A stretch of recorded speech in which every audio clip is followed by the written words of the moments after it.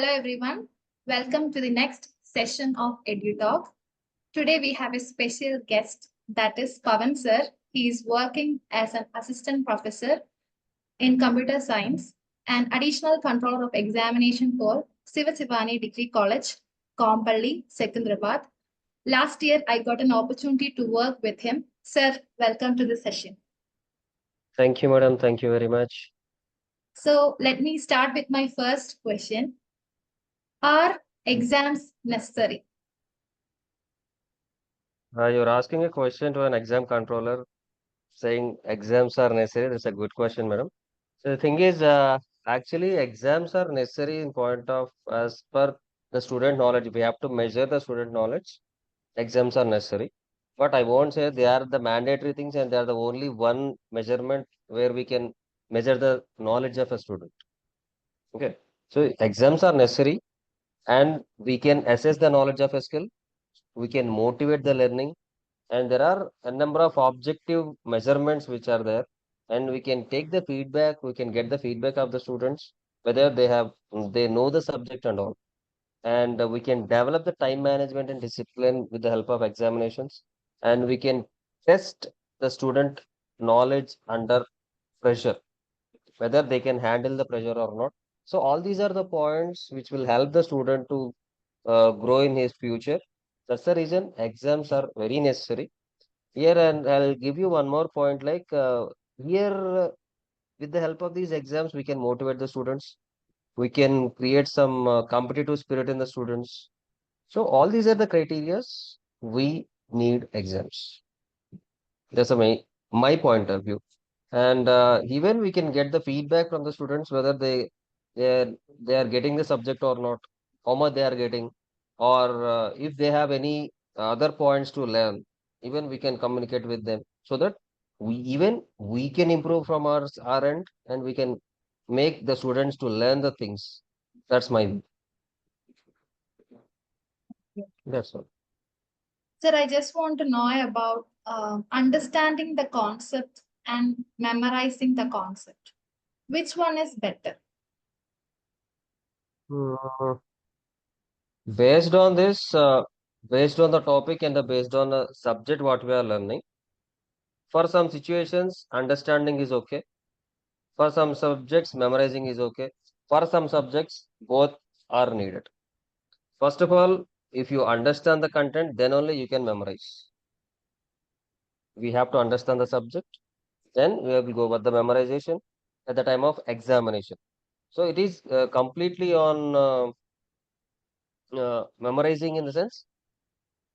First of all, we have to create some interest on the subject to the students. If they are interested towards that subject, obviously they'll remember the concepts, and it is very easy at the time of examination to memorize. Once they'll memorize, they can recollect everything what they have learned in the classrooms. So basically, these two are the best approaches: memorizing and understanding. So once they understood the subject, obviously they'll go for the memorization. So first priority for understanding the subject, then second one is for memorization.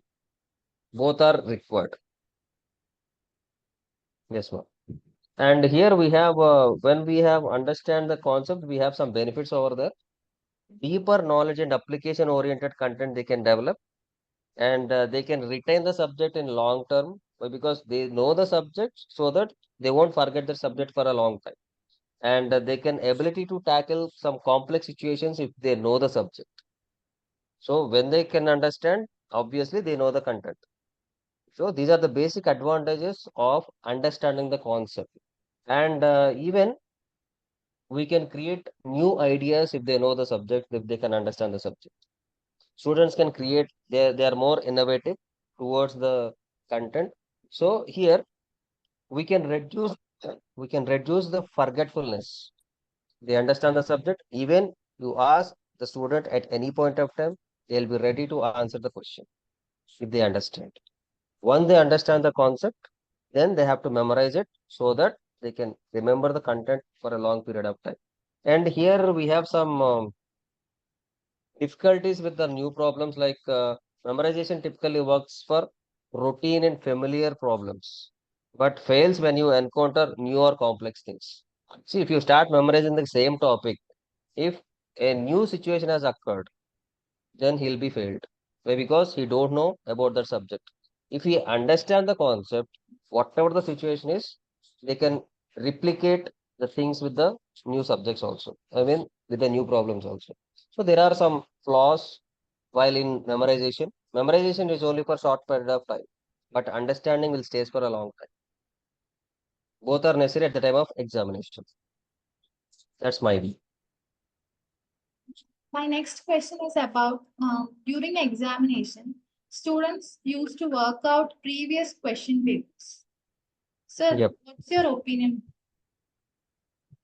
See, the thing is, the previous question papers, they'll help them a lot, but they'll come to know the familiarities, they'll come to know the pattern of the examination, they'll come to understand, and they'll come to know about some important questions, what are the topics they have to concentrate on. So these are the few points they can get from the previous examinations, and they can understand the key topics, and they can work on time management. What are the questions? How much content I have to write for that question? What are the different ways they are asking that question? So all these things they'll come to know, and even they can improve answer writing skills. How to answer the question, even they can understand. Yep. Okay. So here, by use with the help of the previous examination question, they can assess their strengths and weaknesses. So if he referring any previous exam questions, if he feels like all the questions are known to him, then that will boost his confidence levels. Like I know all the subjects, so I can get good marks based on the previous question papers. If I get the same question in my examination, I can write the question well. I can write the answers well.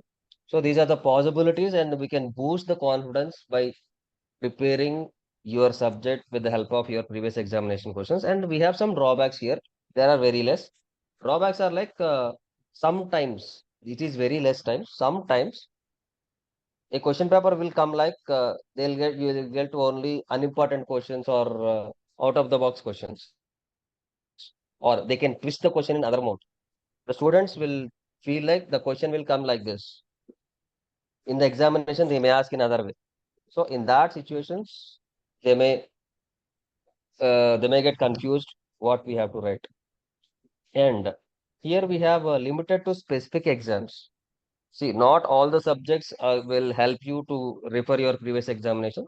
Some subjects definitely will have some important questions. So each and every question will repeat in each and every examination. So if luck favors, if you will get the same questions, you can write well. In some other instances, if you didn't get those questions, if you prepare only the previous examination papers, and if you didn't prepare the remaining questions, then that won't help you if you get the questions which are not there in the previous examination. They didn't ask in the previous examinations. So 50-50 chances are there. Simply I'll say like 70 to 30. Maximum 70% of the questions will be repeated in the previous exam questions. 30% of questions they'll come newly in this semester. So there might be a difference. So major advantage is there. That is my point. Yep. Sir, few questions will be repeating. Am I right? Yeah. Yes, yes. Few questions will repeat. The repeated questions are 70% as of my knowledge. 70% of the questions, for example, if you take any unit, there are 10 important questions. In these 10 important questions, if I take 5 years of previous exam papers, all these 10 questions will get repeated. So there are some instances, apart from these 10, they may get some other questions. That is very less percentage as per the university examination procedure. As of my knowledge, till now, what I have checked, if I say, for example, if you take undergraduate students, for BSc, we have four units. For BCom, we have 5 units. Every unit is categorized into two parts. From every unit, they'll get two questions. One question from part one, one question from part two. If they learn part one perfectly, they can write one question. That is, maximum of the times, the sharing of the unit, half of the part one question, then from the second half, they'll get second question. They have to write only one question among those two. So Some scenarios, they may get the questions. Maximum of the scenarios, they'll get the question. So if they prepare, it is worked in last 10 days or 15 days of time. When we have some students will like they do 1 day batting. Only in a single night, they start learning from unit 1 to unit 5. Even they can't complete the entire syllabus. For those students, this will help. Instead of completing the entire chapter, entire unit, they'll pick 2 to 3 questions from the part. They'll prepare those 3 questions. They'll write those 3 questions. This is helpful only for those they are ready for they are habituated for 1 day batting. As per their terminology, this is called 1 day batting. Yes. Sir, as you said, some students are last minute learners. Yes, What's last minute learners. what's your reflection? See, the thing is, they are reading, they are preparing only for pass sake. They required the certificate. And those students, they don't have much in-depth knowledge on that particular topics. Once the exam is completed, done. They don't even have a single point in their brain. They are ready to get the certificate. That's it. I need a certificate. I have to pass the subject. See, when they are into interview point of view, once they complete their graduation, from there they'll be serious towards their career. From there, then they'll start whatever the mistake they have did in the previous days, they won't repeat it. Everyone must have their realization point. So once they reach to that point, they'll come to know everything. Until that point, even you say read every day, please prepare every day, they won't listen because they are the students. Even we all do the same things in our student life. But being a lecturer, we know what we have done, and we are telling the students, please don't repeat as we did. So we used to do like this, but you people, please prefer all these points. Please read all the topics and complete the portion day by day. Whatever the chapters which we have discussed today, please complete it by today. This is a normal procedure. Telling is our responsibility. Doing is their wish. That's the thing. So maximum, if you have 100 students in a class, in that nearly 30 to 40% of the students are last time learners. They won't be serious until and unless the university will release that exam dates. From that point, they'll start the timetable. This day we have to read this, that day we have to read that. This is the timetable. In between these days, I have to finish these subjects. They won't get that seriousness until unless university has to release that examination timetable is released. Okay, right. So till now we have 30 days. Day one, we have to do this. Day two, we have to do this. From there, they'll be serious towards the examination. That's the thing. My next question is about importance of having a timetable to study. Yeah, just now I said no. Timetable is mandatory. When they'll prepare the timetable, there are 2 types of students in the class. One, they'll start the preparation from day one, type one. Type two, they'll start from middle or when the exam schedule have started. Preparation of a timetable is point one, and following the timetable is major. In number of people, they'll try to prepare a timetable daily, but they won't follow the timetable what they have prepared. But anyone whoever have prepared a timetable and they are following it, once you do it for a week, you'll get habituated to follow the timetable so that you won't feel stress when the exams are near. So preparing timetable is mandatory. It is best way to understand the subject and it will release the stress from you. So you'll be perfect in all the subjects. So all these things are the advantages of preparing a timetable, what we have. That is my point of view. And here we can discuss like one more things are there. So it helps in time management. That is a point number one, what we have to do discuss. And as I said, it will reduce the stress and anxiety. It will promote consistency and discipline because everything will done on time. So it will increase the discipline in a student and it will promote productivity. See, for example, I have prepared a timetable. Morning, I have to wake up by 6 o'clock. I have to freshen up. From by 7 to 8, I have to read some a subject which is a bit difficult. 8 to 8:30, I have to get ready for the college. I have to go to the college. And this is the timetable what we have prepared. Which subjects I have to prepare well. I have to focus on. So, and here it will facilitate the better time for revision. Why? Because if you prepare a timetable, obviously will allot some time for revision. So you'll get a time to revise your content if you prepare a proper timetable and will create a balanced study life. Your study life will be a bit balanced once you prepare a proper timetable. So all these are the advantages what we have by preparing a proper timetable. Major advantage is they can understand the time management and the productivity will be increased and they can reduce the stress of exams at the end of the examination. So these three are the major advantages of preparing a timetable. And if they are habituating this preparing a timetable in their personal life or in their if they are working any for any company, even there also it will replicate and so that they can do their jobs well. So preparing a timetable is best thing what they have to go with. That is my view. Sir, what's your message to student community? Message to a student community in the sense the thing is please don't rush towards the examination from day one. Just give 1 hour time daily. I'm not telling you to spare the entire 24 hours on reading and preparing for everything.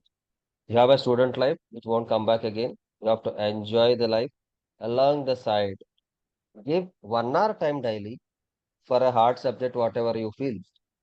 Just memorize the topics what we have learned in a college. Just write down some points what we have learned today in the college. Subject wise. Subject one. Today these are the topics which we have discussed and these are the points which I have understood. If you have any doubts, make a note of all the points. Go to the college or go to the school tomorrow and ask and rectify your doubts whatever you have with the concerned faculties. So always the faculties will be there to teach you and they'll resolve your solutions. And one more basic point is if the faculty always a student as of my point of view. Every day in a class, the faculty will learn some new things from the students. See, the mindset of a faculty and the mindset of a student, the maturity levels of a student are completely different. Present generation, the students are very fast. We have to upgrade ourselves towards their level at present scenario. For example, I'll tell you, one of my colleagues' granddaughter, she's the age of 3 years, and she learned English by watching Cartoon Network. She'll speak a fluent English. Even we can't speak like that. It shows how the generation is. Even we have no need to teach all these subjects. They can learn from a YouTube. Our textbooks are designed 2 years back or 3 years back. Even we are following the same textbook, right? So in these 3 years or in these 4 years, n number of updates are there. We have to teach the students those updates. If you have given those updates, then student will show some attention towards that lecture. If you teach the same points, whatever are there in the textbook, simply he'll say, at present generation I'm talking about. Simply they'll say, sir, I can find all these things from YouTube. You can learn all the things from YouTube. You have no need to teach us. Just teach us the points which are not there in the book. We have to relate every point to the real-time world. If you teach in that way, so that we can grab the attention of a student. If you teach the same things, whatever you have in the syllabus or whatever you have in the book, present generation students simply they won't say you on face, but that will be there in their inner brain. No need to listen all these things. We can learn it from YouTube and all. So one point right now, even a faculty should upgrade towards the student level. Students are more intelligent. Even they can learn these things from YouTube also. But faculty and student, that proper relationship, when a faculty have to grab the attention of a student, then student will show the same attention to learn the topics and learn the things. The technology is there in hands. They have to use that technology in a proper way to learn new things. A faculty as a teacher is there to guide you. Based on the guidance, you have to create your milestones. You have to reach your milestones. That's the only one message, and all the best for each and every student. Sir, thank you so much for sharing your valuable wisdom and spending time with us. Thank you. Thank you very much, and giving this opportunity to share my views towards the examination things and all the students. And please don't panic towards the examination. Prepare well, prepare a proper timetable. As I have suggested, timetable preparation of a timetable is mandatory. And first of all, you have to know, you have to understand the subject, then you go for a memorization. If you understand the subject, the content will remains with you for a long period of time. That's the only message. Thank you. Let me conclude. Thank you, everyone. Thank you so much.